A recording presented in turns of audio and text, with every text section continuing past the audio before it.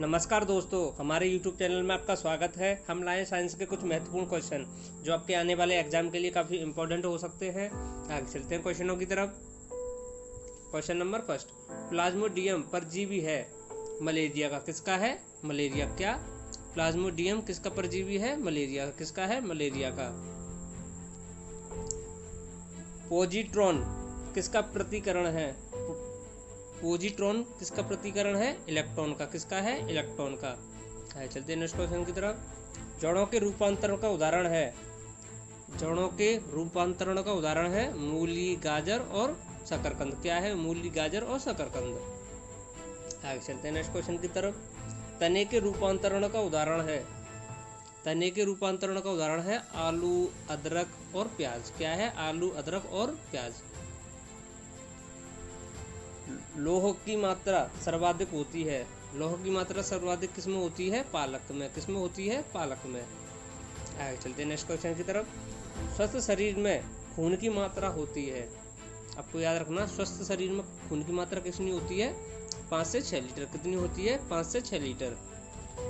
आगे चलते हैं नेक्स्ट क्वेश्चन की तरफ। वायुमंडल में ऑक्सीजन की मात्रा संतुलित होती है, आपको याद रखना है, वायुमंडल में ऑक्सीजन की मात्रा संतुलित होती है प्रकाश संश्लेषण के द्वारा। किसके द्वारा? प्रकाश संश्लेषण के द्वारा। आगे चलते हैं नेक्स्ट क्वेश्चनों की तरफ। फ्रेंड, ये क्वेश्चन बहुत इंपॉर्टेंट है, आप इन्हें रट लें।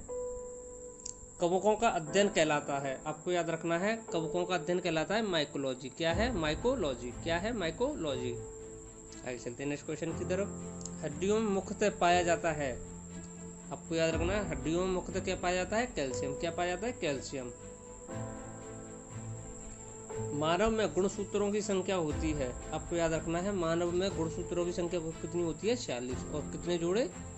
23 जोड़े। कितने? 23 जोड़े।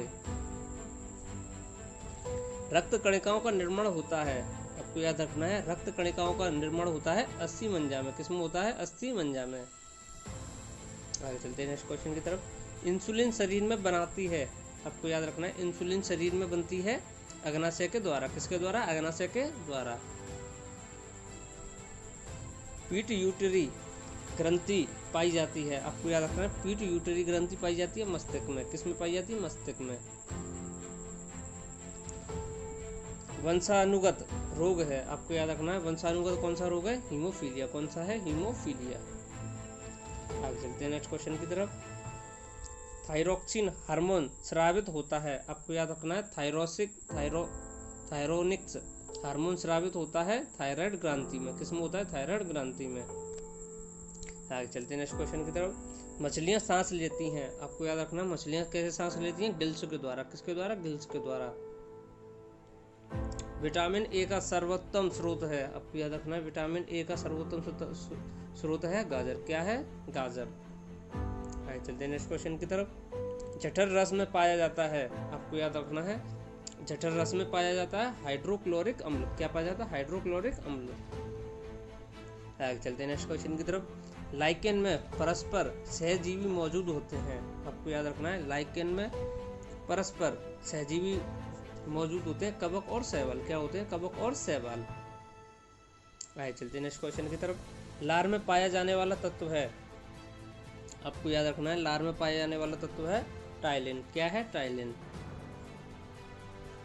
हीमोग्लोबिन में पाया जाने वाला तत्व है, आपको याद रखना है, हीमोग्लोबिन में पाया जाने वाला तत्व कौन सा है? लोहा। कौन? क्या है? लोहा। आगे चलते हैं नेक्स्ट क्वेश्चन की तरफ।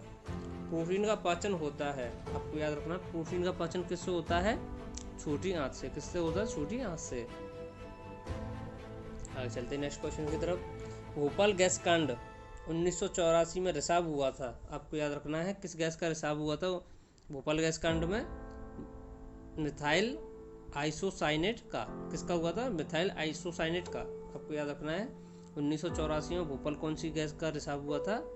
मिथाइल आइसोसाइनेट का। किसका हुआ था? आइसोसाइनेट का। Thank you friend, like and subscribe करना ना भूलें, हम ऐसे ही इंपॉर्टेंट साइंस के क्वेश्चन लाते रहेंगे। धन्यवाद।